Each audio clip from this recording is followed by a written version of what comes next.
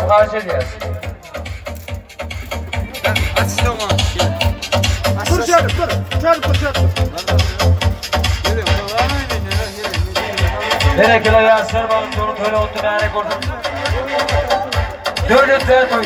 Koşa dön geliyor. Baktığımız beğenmeli yanı odur musun? Acayip ardına kalmadı oraya. Baktığımız beğenmeli yanı odur musun? Dünyanın sahibi bağlı olsun. Güllerimiz devranıza bağlı olsun. Büyük maniyatlarda hak bağlı olsun.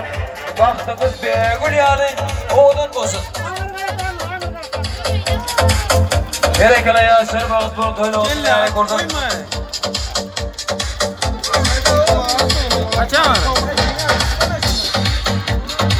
Görün yaşlı geçmini. Bir rızkını. Yardım duş ha köşkünü. Ortacık torba geçer. Bir ayı böyle ki. Bir hem de